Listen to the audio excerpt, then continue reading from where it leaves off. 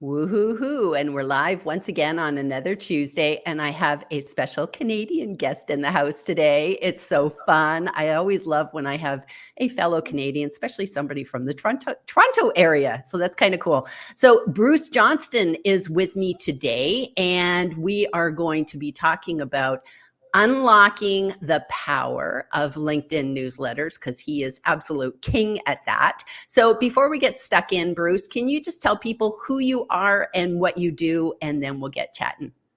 Sure thing. Thanks, Gillian. Bruce Johnston. I have been a LinkedIn consultant / trainer person now for 13 years, since 2011. And basically what I do is I help people, individuals and companies use LinkedIn more effectively. It's kind of my tagline. But that's what I do, is sort of go, okay, what are your goals? I'll talk to someone, ask them what their goals are, what they're trying to accomplish. And then we'll have an honest conversation as to how accomplishable those things are using LinkedIn. And then we'll set about setting them up and getting a plan together to be able to do that as effectively as possible. Sometimes you can use LinkedIn to do all sorts of things, and there are other times you can't use it that well for certain things. So it's a question of finding the right spot. I love that. I love that. So we're talking about newsletters, and I have to commend you on your newsletter because it's awesome, and I read it every week that it comes out. It's a great newsletter. I just finished reading this morning's one. So you publish religiously pretty much every Tuesday. Is that your day? I publish every Tuesday. Actually, this morning was an experiment. I published at 10 a.m. this morning. I normally do it 7 a.m. or 8 a.m. in the morning, but I thought I'd try at 10 to see how that goes. But yeah, actually, I think it says in my byline I publish every 2 weeks, but I've actually been publishing every week for the last little while. And that's actually one of the unspoken things about newsletters. Is really a LinkedIn newsletter is just your promise to LinkedIn that you're going to publish an article on a regular basis. And I have found I've taken like time off, and I've gone sporadic, and I've gone really quite regularly again, that sort of thing, back and forth over the almost 3 years now that I've been publishing my newsletter. And LinkedIn's never ever contacted me and gone, hey, you said you're going to do every week and you haven't published for 6 weeks now. What's going on? So that's good to know. That's good to know. I think when I started my newsletter, I did monthly. There's been a few times where I've missed, but I've tried to be as consistent as possible. But I'd actually like to maybe ramp it up and go every 2 weeks now, just because, like what we're going to talk about today, I think newsletters are probably one of the most undervalued content that I've seen, in terms of most people like, I don't want to do newsletters. You have to write too much. And, and that's a myth, isn't it, Bruce? Yeah. That it's like, it has to be a 3,000 word piece, correct? It's the worst misconception. I mean, my newsletter this morning was one of my longer ones. I think it's about 950 words, but typically mine tend to be 600. And you'll actually see that in the capsule descriptions for most newsletters. It'll say like a 4-minute read type thing, right? Or a 2-minute read, or an 8-minute read, or whatever type thing. And people's attention spans aren't that long these days. People have so much going on. I mean, look at how well TikTok has done as a social media, and then everyone trying to follow on. I mean, even LinkedIn's getting into that, is going to be getting into that with the separate video stream that they want to bring out at some point in the near future. So, yeah, but it doesn't have to be long. Okay. I mean, it's no different from my way of thinking. It's no different from a post in terms of length. It doesn't have to be long. I think people associate length with them, but they don't have to be by any means. That's good to know. And, even with posts, if I see somebody's post and it's really, really long, my brain just shuts down. My brain just goes, I'm sure this is really good, but I don't want to consume that much information at this particular time. I think a article or a newsletter, I think we're a little bit more set up that, okay, this is going to be a little bit longer. And that going in. So I think you're like, okay, you wouldn't expect just 2 lines, you would expect a little bit but you feel that when you read a newsletter or an article, you're going to walk away having learned something. It's almost like there's a promise. Invest in a little bit of time and I will give you a golden nugget that you can use going about your day. Or at least I believe that's what a form of That's that's the way I think about a lot of things, like a webinar or a live stream like this, or an article, whatever, column, any type of content. If there's one good piece of information I can take away that's going to make me better, then that's fantastic. And it served its purpose. It's whether it was the $20 I spent on a hardcover book or investing in a course or whatever type thing. Yeah, it's exactly. And that's what I'm trying to get across when I do a newsletter, is what's one thing that I want people to know, or what's one thing that I would like them to, one way LinkedIn works that perhaps they should think of in a different way than they're thinking right now, that sort of thing. Cool. So you actually had early access to newsletters. You were part of, I don't even know if it was a beta group, but it was more along the line of like LinkedIn tapped some people on the shoulder and said, "Hey, we're rolling out this new thing. You want to have access to it." And I remember there was so much FOMO. People were like, "Big me." And there was a few of you. I remember Jeff Young was also one of those. So you bought into it quickly. Were you already doing articles before you were tapped? Yes, and I think that's the main reason I was tapped, is that I had a track record where I had a couple hundred or 300 or 400 articles under my belt. I've been writing once, maybe not every week, but certainly every 2 weeks, ever since we'd been given access to being able to write articles back. And I think my longest one that's still attached to my profile is from 2015. So I'd been writing articles for 6 or 7 years before newsletters came out.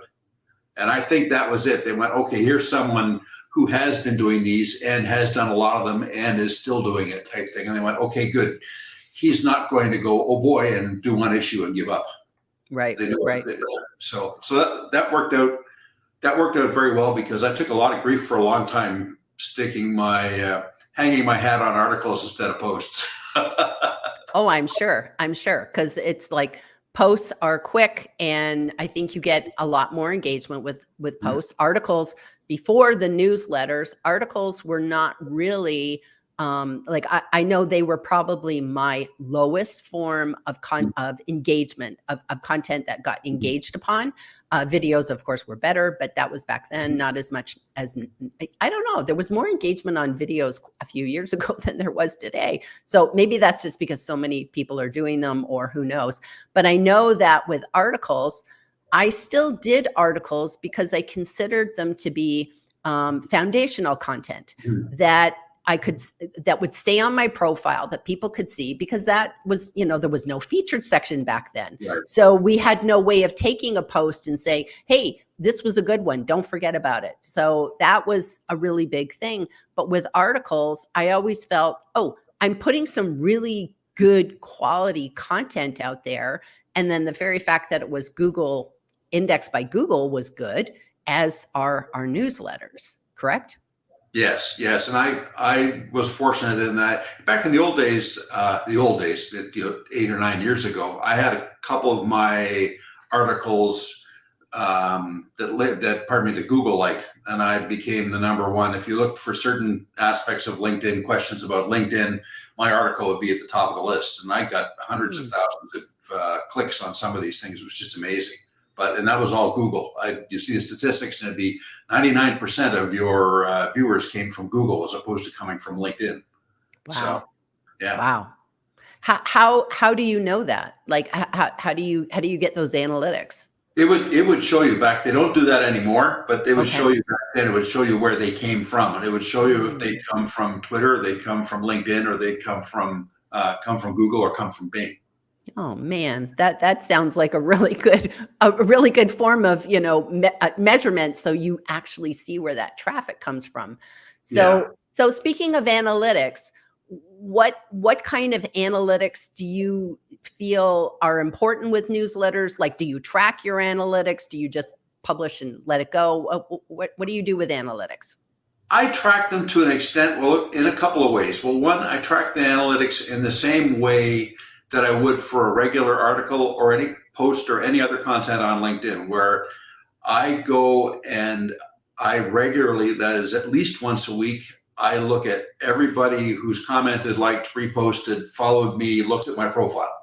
If there's interesting people in there that I want to follow up on, I'll follow up with them, type thing. So I do what I call a combination of hunting and farming, where people that hunt on LinkedIn go and find prospects and go send them direct messages. People that farm on LinkedIn do lots of content and they hope that they plant lots of seeds and something will come of it. Where I kind of go in between, where I do a lot of content on LinkedIn, but then I'll go and reach out to people I think are interesting that I'd like to reach out to. That have interacted with me and my profile or my content, type thing. And they're definitely warm leads because they've already raised a hand and said, "I find you interesting." I have a plausible business reason for contacting someone that commented on my post or follows me or whatever, type thing. So I'll use the analytics in that way. The analytics are poor for people that are used to or have published email newsletters. The analytics on LinkedIn stink. You can't see who opened your newsletter. You can see how many people did, but you can't see who. You can see your followers, but you can only see the list of your followers, and you can see 5 or 6 of them on the screen at a time. So if you had another 200 people sign up for your newsletter in the last couple of weeks, now you've got to scroll through 40 screens of people to see who signed up, type thing. So you can make use of those things, but LinkedIn doesn't make it easy for you to do so. And of course, you can't export a list of your subscribers to do anything with them, which I'd love to do. But yeah, I think everybody would love that. That would be a great feature. So there are limitations, but the big plus on newsletters being that LinkedIn sends a notification to all your subscribers when you publish an issue. That is such a huge plus. It puts newsletters, in my opinion, way above any other type of content on LinkedIn, because you can get people sign up to see all of your content. They can follow you and then subscribe, one of the types of following type thing, but those aren't really that well known, as opposed to just clicking to subscribe on a newsletter. And it's such a positive thing. If I send a post out on LinkedIn and I've got 100 connections and followers, LinkedIn will put that in front of 5, 7, 8 of those 100 people. But if I have 100 subscribers, LinkedIn will send a notification to all 100 of those people, and LinkedIn will then also put my newsletter in front of 5 or 6 or 7 people. So you get the best of both worlds having a newsletter as opposed to a post or just an article by itself. Right. And I absolutely love that. Now, one thing, though, that could be a bit of a disappointment that I know some people complain about is they say, well, people read my newsletter, and I'm guilty of this myself. I will get newsletters into my email inbox. I'll read them, and I don't go to LinkedIn to comment. I just read it, absorb it, and because I'm like in email mode, I'm not in LinkedIn mode, because it's like, oh my gosh, I just got off LinkedIn. So how do you kind of deal with that issue that some people aren't going to click through? I accept it and still figure there's value in that. The problem is it's hard to quantify that, but there is value. Actually, there's value in, even if someone sees that I published a newsletter and it shows up in their inbox in their Gmail or their Microsoft Mail or whatever type thing, there's still value in that because they see my name go by. And they see the title and they see the subject line for this week's newsletter type thing. There's still value in that. And that certainly they won't have seen anything from me on LinkedIn. So great, I'll take that. I'll take what I can get type thing. I mean, I choose to be optimistic. Let's put it that way. I like that, because at the end of the day, it does keep you top of mind. And I'll go ahead and confess that in my email, I have actually a folder that says Bruce Johnston, and every one you have, I go, that's really good. I might need that later. And I pop it into my folder. So it's like, not everybody on LinkedIn has a folder in my email, but you do, because I found that your emails always have value. So I think that's really good. Well, thank you. And that's another thing, is that I have found that I have somewhere between 45 and 50 LinkedIn newsletters that I subscribe to personally. And all of them, that's basically is what I look at when I go to LinkedIn every day, is who's published a newsletter, because they'll come into my notifications on LinkedIn. I'll get them on email too, but when I go into LinkedIn in the morning, okay, who has a new newsletter from the last 24 hours? There'll be 6 or 7 of them there, and that's what I'm paying attention to, as opposed to I'm paying attention to the stuff that I signed up for, that I see is going to have value for me, versus going to my homepage feed where LinkedIn is trying to figure out what's going to have value for me. Right? So I'm choosing how I want to spend my time on LinkedIn. I'm not allowing LinkedIn to do that. I like that. That's good. That's good. I'm going to hop over and take a couple of comments. So we have Jeff Young, one of your colleagues, a big believer in the power of newsletters and the advice of Jillian and Bruce. Looking forward to this. So thank you, Jeff. And he hops over. Jeff always does YouTube and LinkedIn just to let me know it's all working as expected. Looking forward to hearing Bruce's and your wisdom. Namaste. And a 5-minute read has always been my sweet spot, Bruce and Jillian. I always wonder about that, because it's like, I don't know where LinkedIn kind of gets these from. Are they just taking some sort of formula that so many words is like? Yeah, okay. I think so. Yeah. Okay. Because mine always seems to be the same. It doesn't matter how many words. It's like, I just always feel LinkedIn's going, 5 minutes, we'll call it. Just no rhyme or reason. But maybe there is. Maybe there is. So here is Craig Langley, who I have to give a special shout out to, because Craig Langley, through the power of introductions, introduced me to you, because of course I knew of you, but I didn't know you personally. And Craig Langley made that introduction. So Bruce Johnston has so much great content. He is the king of long form. So you have an obvious fan there. So that's great. That's great. And Jeff says, totally agree, Bruce and Jillian. My first article was from June 2014. So that's, I'm assuming that's articles versus newsletters. Now, I actually do both, but I do what I do, and I would love your comments on this, Bruce. And that what I do is I do my video easy peasy newsletter, which is all about video and live streaming, and that is the promise of what that content's about. But then I like to also, I use LinkedIn articles to advertise my lives. And I say, here's all the people that are coming on my show this month. And then I put the link for the LinkedIn event. I put the link for the YouTube. I put the link for the podcast, because I get a lot of people that are like, oh, I've missed your lives for a couple of weeks. I can always just send them to that article. And what I love about articles is I can continually update it. So this week I put you in, and next week I'll put my next speaker in. So I love that about articles. But are you just doing newsletters, no articles anymore? Yes, with an asterisk. I only publish the once a week these days. I do the odd time, but it's pretty rare. The biggest gating factor for me, I'm backwards from a lot of people in that I have more content than I can ever publish. For some of the subscribers to my newsletter, my LinkedIn newsletter will know I have an email newsletter, and my email newsletter is 4 times as long as my LinkedIn newsletter. My email newsletter's got basically 4 articles in it every week. And I have a backlog. I have about 150 more articles that I've got written that I haven't posted yet, that I've never used. Excuse me. But the big thing is, if I post them on LinkedIn, I'm a big believer in that I need to be around for the next 3 or 4 hours to properly respond to comments. People are going to take the time to read my stuff and then comment. I want to be there to respond to them. And I'm not there all the time for that, so I only do the once a week.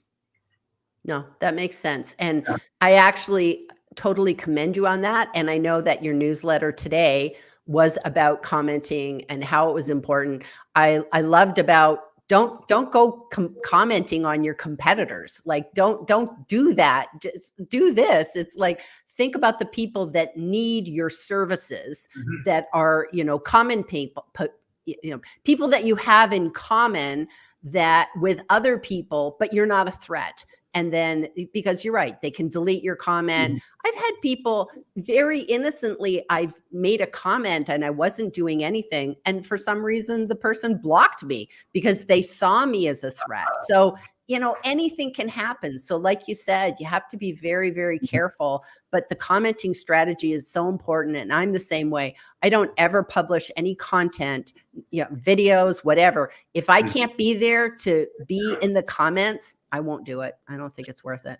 No, and that's one of the reasons when people ask me when you should publish, I always say, well, you want to publish. And when I say publish, I mean anything, whether it's audio, video, written word, that sort of thing.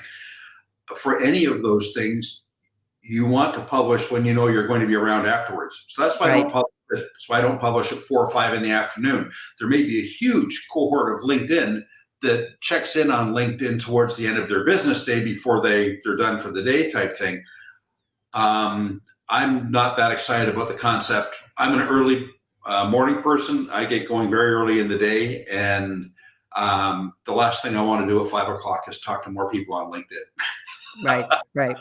I gotcha. So Leslie says, hi from Florida. We're happy you're here, Leslie. Jeff says, long form content is important, but long-term content, what is he saying? Long-term content is just as important. And that's probably another thing. Do you have a strategy of what you write about in terms of, you don't want to write about something that's like, tomorrow it's going to be gone? Are you trying to write in sort of general principles and then sort of bring it down? Or what's your strategy for your content? My general strategy, because there are a lot of people that, all excitedly come out and go, oh, there's a new feature. Usually I'll wait. I want to see what the feature does. I want to think about it type thing. Most of my content comes from the standpoint of what I'm trying to find is maybe here's an aspect of this you haven't thought of type thing. So like this morning's newsletter was talking about commenting as a strategy type thing. And I'll write different things for different newsletters, but almost all of them I'm trying to go, the thought behind it is this an aspect of commenting or content that you hadn't thought of before? And maybe it might be worthwhile thinking it over type thing, right? Maybe this is an approach you haven't thought of before and just take it from there. So I'm not trying to compete with the people that are first out of the gate going, oh boy, LinkedIn just announced this or just announced that. I may weigh in and go, yeah, I'm really skeptical of this until I see more proof type thing. But same thing, for example, talking about collaborative articles. I don't get involved in collaborative articles. I've got a whole bunch of bones to pick on that one with LinkedIn that I just don't think they're worthwhile. I think they're wonderful for LinkedIn. I don't think they're as wonderful for us users, but I'll write to that effect and I'll go, and here's why. And maybe you've jumped on the bandwagon and think it's wonderful, but have you thought of this aspect type thing? And I know, for example, there are some people with collaborative articles that have soured on them because they went, hey, I went and contributed like crazy and got my badge. Then after 60 days, they took my badge away because I wasn't contributing all the time. Me. It's like a never-ending carrot. It's like you feel like the little donkey with the carrot that's like just continually out of reach. And I know I worked forever to get my badges and I got them. And then I got real busy. I published a book. I got real busy. And then I was just like, boom, it just disappeared. No warning, no nothing. And then I just went, I really don't know if I want to invest the time, because it was just like, you just felt like you were running after the shiny object. And it's like, okay, well, yeah, it looks nice. But to be honest, I think it's more credible to be a LinkedIn top voice, but I wouldn't even run after that. It is what it is, and it's a question of, I always look at things when a new feature comes out, I'll look at it and go, is this good how good is this for us users? And how good is it for LinkedIn? So a very good example of that these days would be the LinkedIn games that were introduced a couple of weeks ago type thing, right? They're wonderful for LinkedIn in that, that gets people to spend a lot more time on the platform. And those metrics are always wonderful for LinkedIn selling to advertisers. I'm not sure how positive it is for us users type thing. I mean, you can wander into one of those things and surface 30 minutes later going, my God, what am I doing spending all my time doing this? Mm. type thing. Or if you're in an office having your boss come over your shoulder and go, what are you doing? I'm on LinkedIn. I'm being professional. Look at me, I'm being productive, playing a word game. So. Right, right. Well, and quite frankly, anybody who wants to do the games, it's up to you. It's whatever. I have no opinion on what anybody else is doing. But I know for me personally, I don't have time. I don't have time. It's like there's so many, notifications I have to respond to. I would rather check out colleagues, like maybe I'm babysitting a post and I've posted something and I go, okay, I'm going to hang around LinkedIn for the next hour and, check out, make sure there's comments. But I would rather spend my time learning. I'm always about learning, always be learning. And I don't learn from a game. It's just a time waster and I don't have time to waste. Well, the really odd thing is that for for a software utility that's trying to brand itself as a social network, it's about the most antisocial thing you can do. If you're going to spend 20 minutes on LinkedIn, spend 20 minutes being by yourself doing something on your own, as opposed to reading or commenting or even liking someone else's work type thing. Right. You could be a participant with other people as opposed to just being by yourself.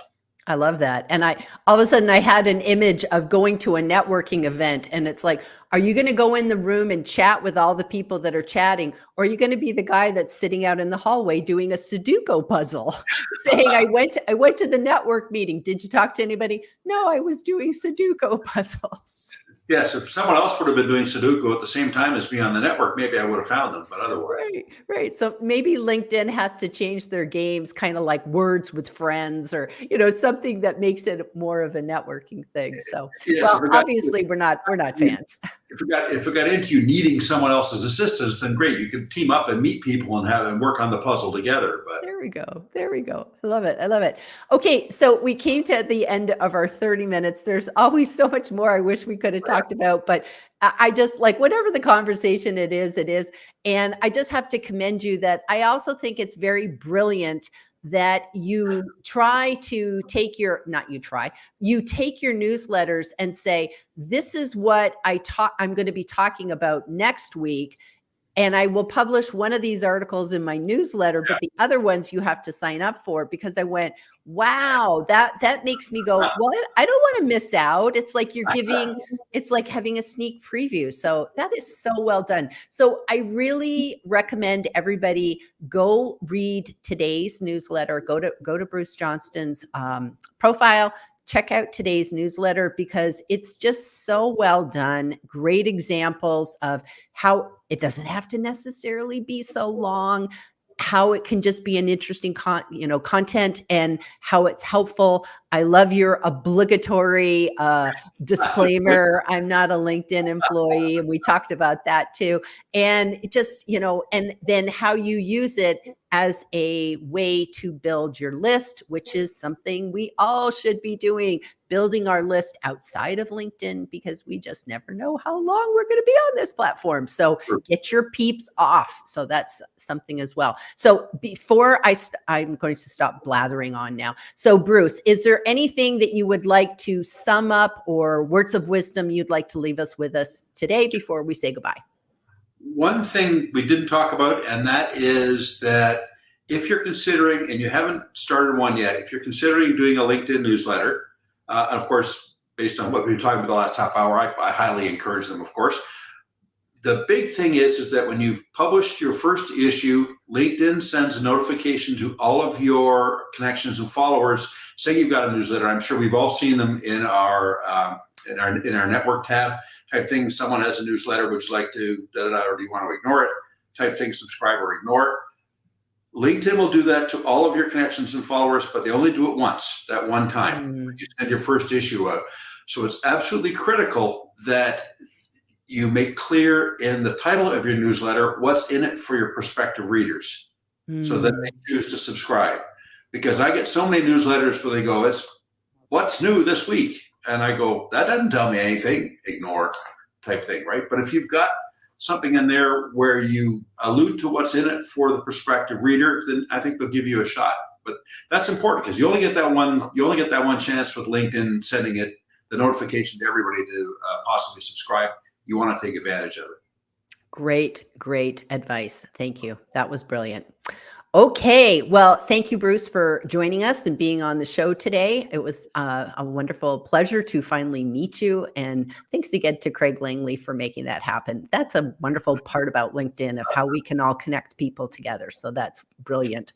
So thank you, everybody who joined us. And we will be back here next week with another LinkedIn Live with Jillian and friends. Okay. Bye, everybody. Thanks, everybody. Bye-bye.